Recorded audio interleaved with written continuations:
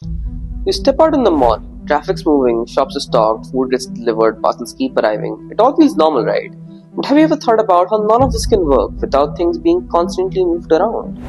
When crude gets expensive, the first thing that changes isn't your petrol bill, it's logistics. Every truck carrying vegetables, clothes, or raw materials suddenly costs more to operate. Imagine every product in the market paying a small extra delivery fee at the same time. No single price shock, just everything slightly costlier. That's how oil becomes inflation. Households end up spending more just to maintain the same lifestyle, so they cut back elsewhere. And in a consumption driven economy like India, that quiet reduction in spending slows growth without any obvious crisis.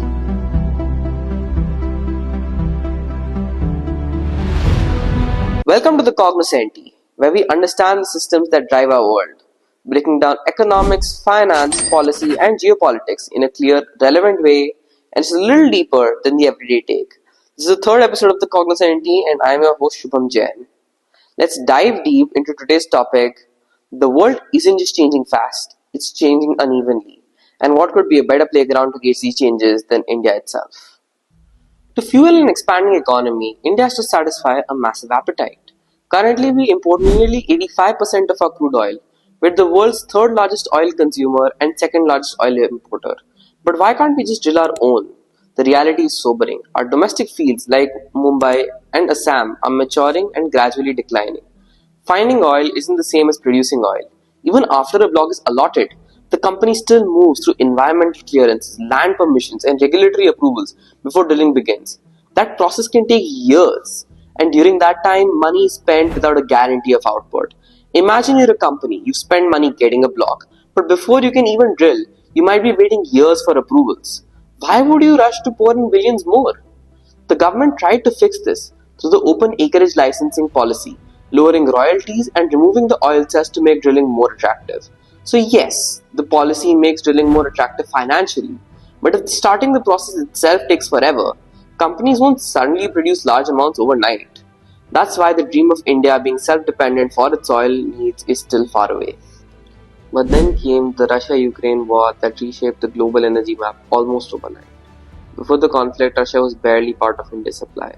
Only about 2.5% of our oil imports came from there. But once Western sanctions kicked in, Russia suddenly needed new buyers and started offering heavy discounts. Roughly $12 per barrel below Brent. For India, that was hard to ignore. So imports surged. By financial year 24-25, Russian oil made up almost 36% of what we were buying. And this is where economics meet geopolitics. Buying discounted oil helps keep fuel prices under control. But when oil comes from a country under sanctions, it's like taking a great deal from someone your biggest partner is actively arguing with. Trade tensions with the US were already pleasant. Even during the Trump years, negotiations had stalled over agricultural market access. So large Russian purchases also became a point of pressure.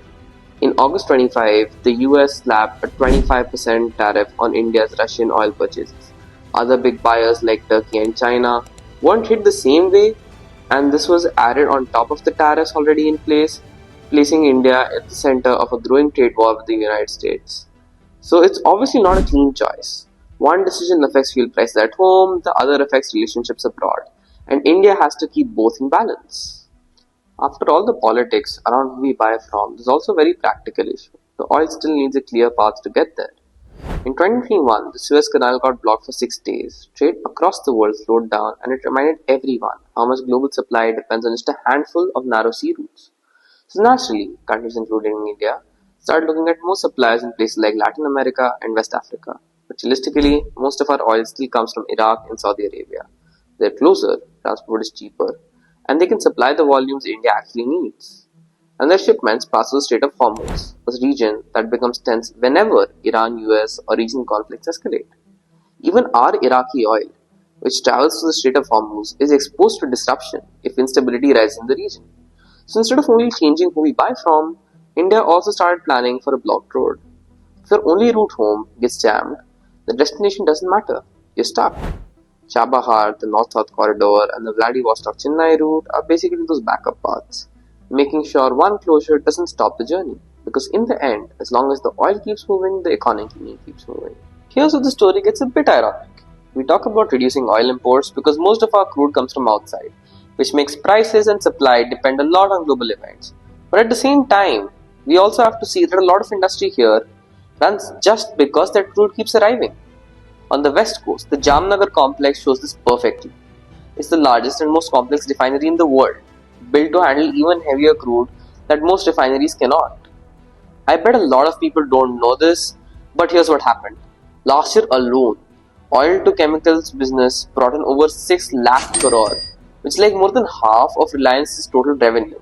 Basically showing how big chunk of one of India's biggest companies depends on crude continuing to arrive. So that's the paradox. We do want fewer imports, but as we saw, dependence is risky. But at the same time, some of our biggest industries exist because those imports continue. And refining won't remove that dependence either, because the raw oil still has to arrive first. So if our oil stops being the backbone, do we actually have something ready to take its place? So is the green transition the answer? If you scroll online, it does feel like it's starting to happen, right? New EV launches, charging stations popping up, sales numbers shooting up. And to be fair, EV sales did grow 11-fold between 2020 and 2025, which does sound massive. But then when you step outside, look at an actual traffic signal, you realize most vehicles around you still run on petrol or diesel. As of January 26, EVs and hybrid make up just about 7.5% of vehicles on the road. Petrol and diesel still account for roughly 71%. So what exactly is happening? Vehicles last a long time. Most cars stay on the road for over a decade, and trucks even longer. So even when fast EV sales take years to noticeably change what's already driving around. Now here's another twist. If transport becomes electric, oil imports fall, which would be great. But the energy shifts to electricity. And in India, 75% of that still comes from coal, which is mostly domestic, but coal isn't endless either, which means energy security is still going to depend on how we build the next system, which means that change won't be sudden. The old system fades as the new one grows. So the shift might be real and visibly growing, but for the foreseeable future, India's economy is still deeply tied to oil. From the price of daily goods to global politics, oil quietly runs through almost every part of India's economy. Replacing it isn't one decision, it's a gradual shift across trade, transport, and industry. That's why the story is still unfolding. Thanks for watching the Cognoscenti. So what should India really bet on? Stable alliances, discounted oil for today, or the gamble of trying to stand completely independent?